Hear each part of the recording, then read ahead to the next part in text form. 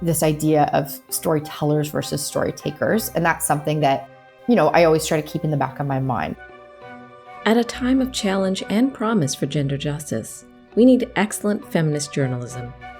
How do they do what they do best? I'm Andrea Gunrad from the Canadian Women's Foundation. Welcome to All Right, Now What? A podcast from the Canadian Women's Foundation. We put an intersectional feminist lens on stories that make you wonder, why is this still happening? We explore systemic roots and strategies for change that will move us closer to the goal of gender justice. The work of the Canadian Women's Foundation and our partners takes place on traditional First Nations, Métis, and Inuit territories. We are grateful for the opportunity to meet and work on this land. However, we recognize that land acknowledgements are not enough. We need to pursue truth, reconciliation, decolonization, and allyship in an ongoing effort to make right with all our relations. Women and equity-seeking journalists investigate important and undertold stories. Whether they write articles, do podcasts, or create other digital media, we badly need them to give voice to gender justice matters that otherwise go unheard. Think about the most stunning contemporary stories you've seen on gendered impacts of the COVID-19 pandemic, missing and murdered Indigenous women, girls, and Two-Spirit people, discrimination against Black women at work, gender pay gaps, sexual and reproductive health and rights, and more. Chances are that women and equity-seeking journalists were behind them. This fact makes the harassment and abuse they experience at disproportionate levels particularly vexing.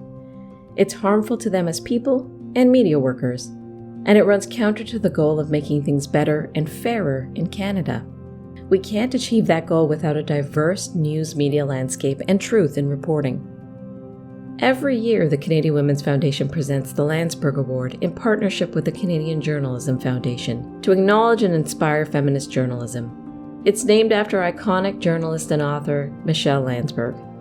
She was columnist for the Toronto Star, the Globe and Mail, and Chatelaine magazine, and is one of the first journalists in Canada to address workplace sexual harassment, racial discrimination in education and employment, and gender equality in the law. Journalist and activist Gloria Steinem said, "Those who make a revolution and those who write about it are usually two different people."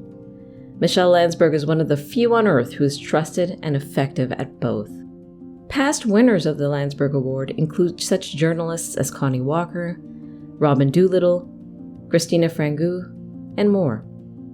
Today we're joined by Molly Hayes, who won the 2023 Landsberg Award alongside Tavia Grant and Elizabeth Renzetti for their series on intimate partner violence and femicide in Canada. She is a national reporter with the Globe and Mail. She joined the Globe in 2017 as the inaugural recipient of the Canadian Journalism Foundation's Investigative Journalism Fellowship, and today reports on crime and social justice issues, including violence against women. I went into journalism school straight from high school. I did a Bachelor of Journalism at TMU.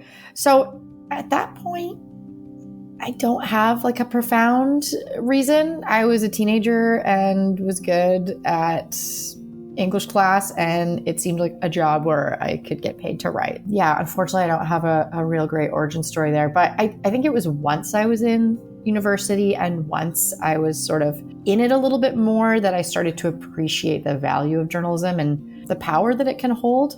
I think I was already doing it a little bit by the time that I really appreciated it and, the responsibility that comes with that, and became interested in sort of focusing my career on issues of, unfairness and corruption and oppression and things like that. What did this award win mean for you? And tell us more about how you use a feminist and gender justice approach to your reporting. It was a huge honor to have this series recognized, especially to have that recognition alongside Liz and Tavia. They are both incredible mentors and colleagues and friends. And it's such a depressing topic, but an amazing team to work with on this. One of the big things, in terms of a feminist lens, was that we didn't just want to write about the problem. We also wanted to make sure we focused on solutions, and specifically solutions that survivors themselves were pointing to. it would be easy to speak to the stakeholders in this arena and academics and things like that. But we wanted to hear right from women themselves, like what would have helped them when they were going through this.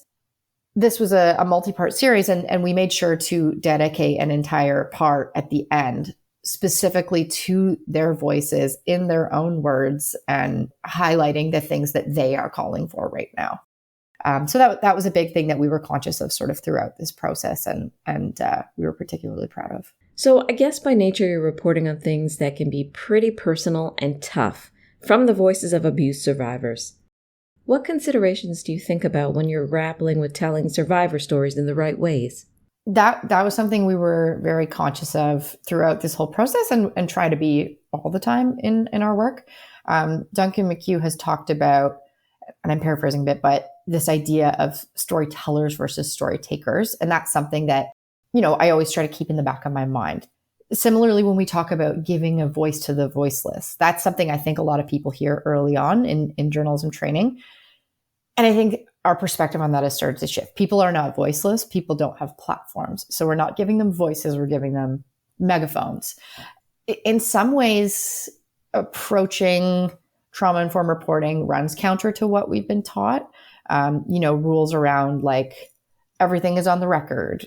You don't run anything by people before stories. Like, I think some of that is starting to shift, and we are finding ways without compromising, journalistic integrity, of making sure that our subjects, especially vulnerable ones, have agency over their story and aren't surprised by what's in the paper. And, don't feel like just because they reach out to you about possibly speaking, that's going to end up in the paper. It's a bit more of a delicate approach, I guess. And it takes a bit of extra time, but I think it's worth it in the end. And we're lucky to, be with a paper that is willing to take that time and sort of to make sure that we're doing it the right way. How did your series on intimate partner violence come about? Was there anything that surprised you in your process of research and investigation? I mean, we began this project in sort of the peak of COVID. And by that point, all three of us had been reporting on these issues for some time. We were very familiar with it. But I think there was sort of a moment during COVID where it was part of the broader public consciousness. This is something we were talking about a lot. We were seeing the rates of violence increase. There were a lot of warnings going out. And so we knew that this was something that people were talking about, but we weren't sure what the broader interest would be, because this wasn't necessarily something new. We were diving into issues that have been there for a very long time. And we were very in the weeds of it and weren't sure, what is this adding to the conversation? And I think that happens on any sort of long-term project. You're so close to it, you don't know. But one of the things that surprised me was the level of response we got, especially to that first piece that looked at coercive control and sort of explained what that looks like and what the debate is around criminalizing it.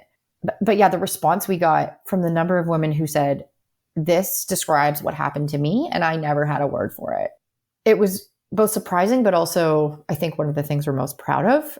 We heard directly from people who said that this gave them the language to sort of understand and describe what they had gone through. And yeah, that was just very meaningful and rewarding to hear that.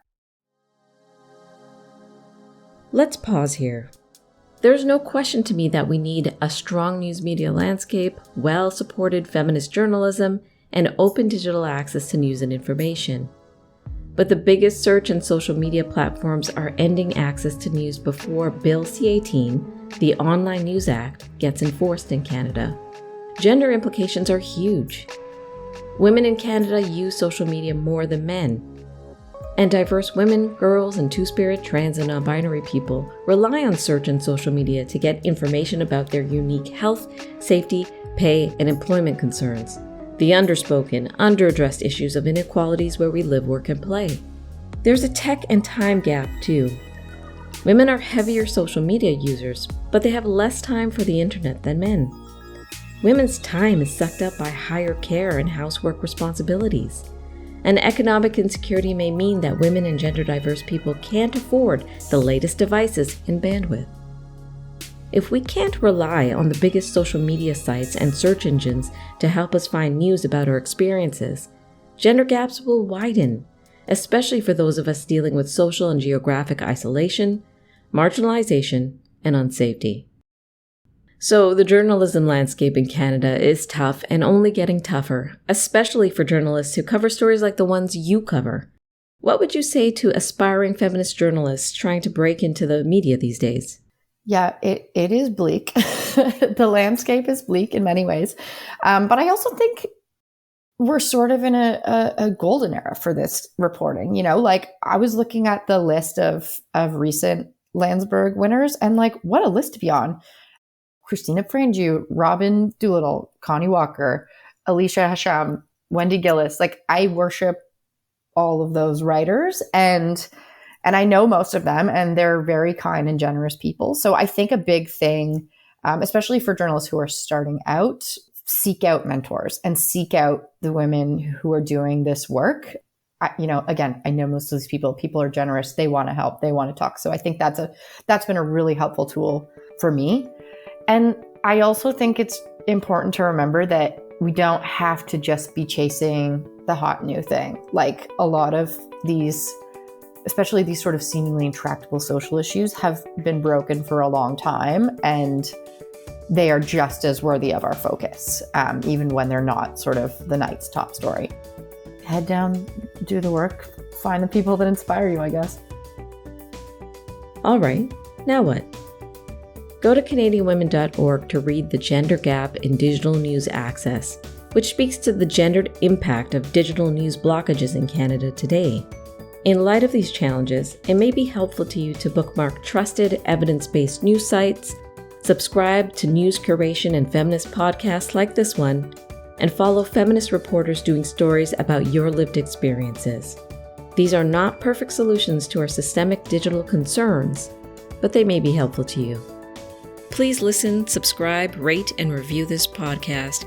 If you appreciate this content, please consider becoming a monthly donor to the Canadian Women's Foundation. People like you will make the goal of gender justice a reality. Visit CanadianWomen.org to give today, and thank you for your tireless support.